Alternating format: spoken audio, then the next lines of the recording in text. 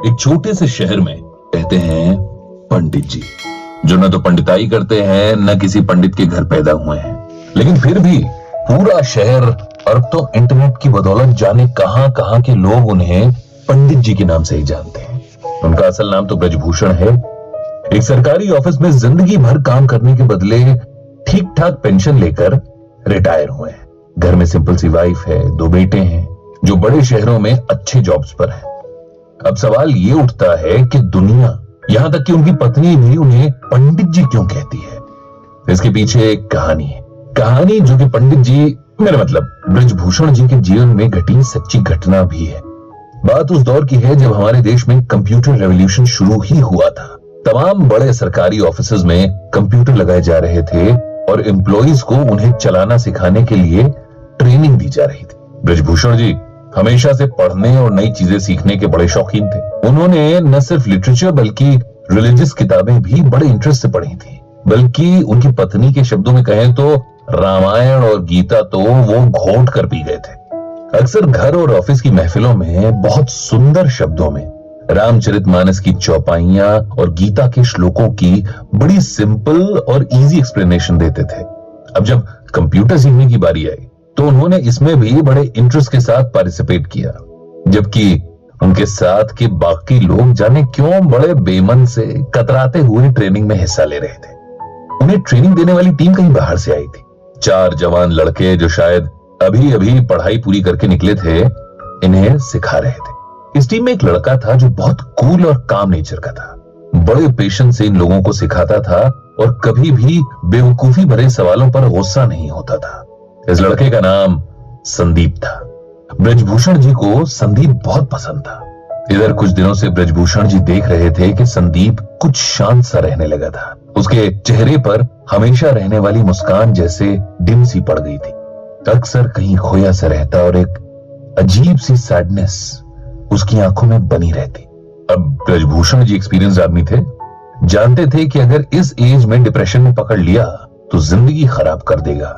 इसीलिए उन्होंने संदीप से बात करने की सोची और एक दिन उसे डिनर पर घर बुलाया। संदीप आया और खाना खाने के बाद पंडित जी उसे साथ लेकर वॉक पर निकल गए। फिर बातों बातों में उसकी परेशानी का कारण पूछा, जिसे पहले तो वो टालता रहा, लेकिन फिर उसने अपनी परेशानी का रीजन बता ही दिया। दरअसल पिछले 5 सालों से संदीप किसी बड़े कंपैरेटिव एग्जाम की तैयारी कर रहा था और लगातार मेहनत के बाद भी तीसरी बार उसे फेलियर ही मिली थी, जिसने उसकी हिम्मत पूरी तरीके से तोड़ दी थी। उसे लगने लगा था कि उसकी जिंदगी के 5 साल बस यूं ही वेस्ट हो गए और अब उसका कोई फ्यूचर नहीं होगा।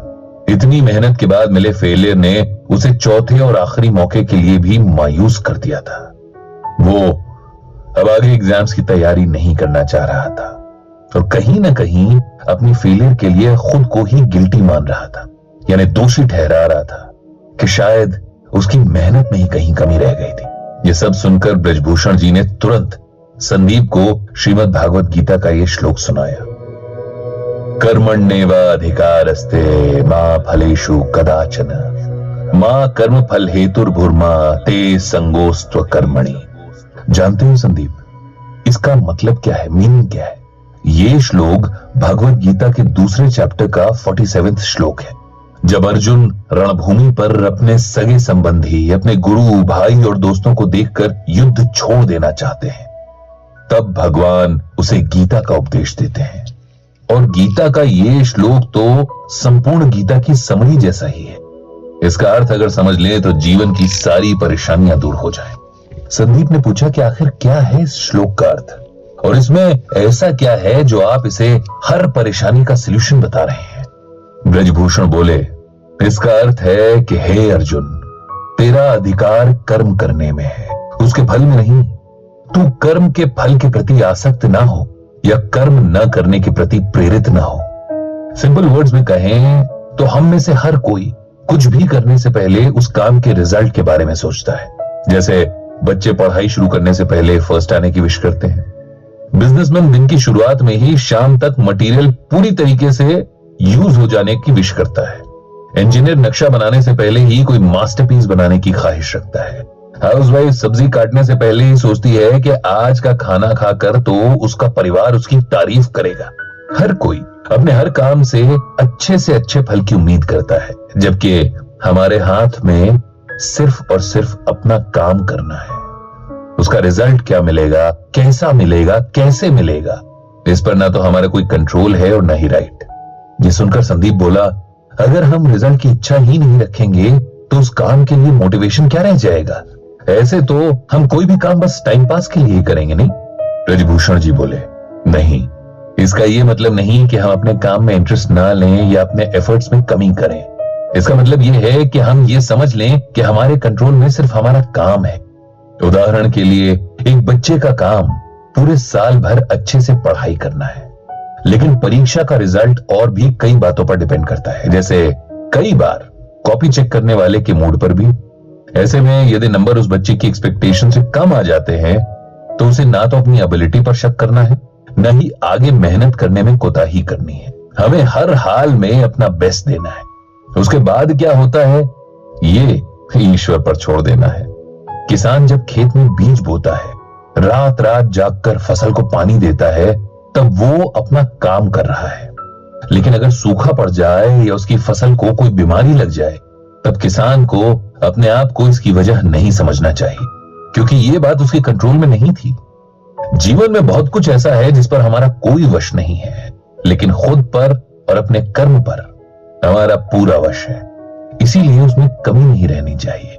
जब हम इस बात को समझ लेंगे तो जीवन की छोटी बड़ी बातों में हौसला नहीं हारेंगे, खुद पर विश्वास रखेंगे और हमेशा अपना सर्वश्रेष्ठ देने के लिए तैयार रहेंगे। ब्रजभूषण जी की बातों ने संदीप पर जादू जैसा असर किया। उसने मन ही मन एक बार फिर पूरा जोर लगाकर परीक्षा की तैयारी करने का फैसला कर लिया था। कुछ दिन बाद जब ब्रजभूषण जी के ऑफिस में कंप्यूटर ट्रेनिंग पूरी हुई और सिखाने वाली टीम को विदा किया जा रहा था, तब संदीप ने सबको इकट्ठा किया और कहा, हम सबको हमेशा कुछ न कुछ सीखने के लिए तैयार रहना चाहिए। टीचर कहीं भी किसी भी रूप में मिल सकते हैं और हो सकता है कोई ऐसा टीचर मिल जाए जो लाइफ के लिए आपका एटीट्यूड ही बदल दे। मुझे भी यहाँ एक गुरु मिले जिन्हें जीवन का बहुत एक्सपीरियंस है और इस अनुभव को बांटना भी आता है।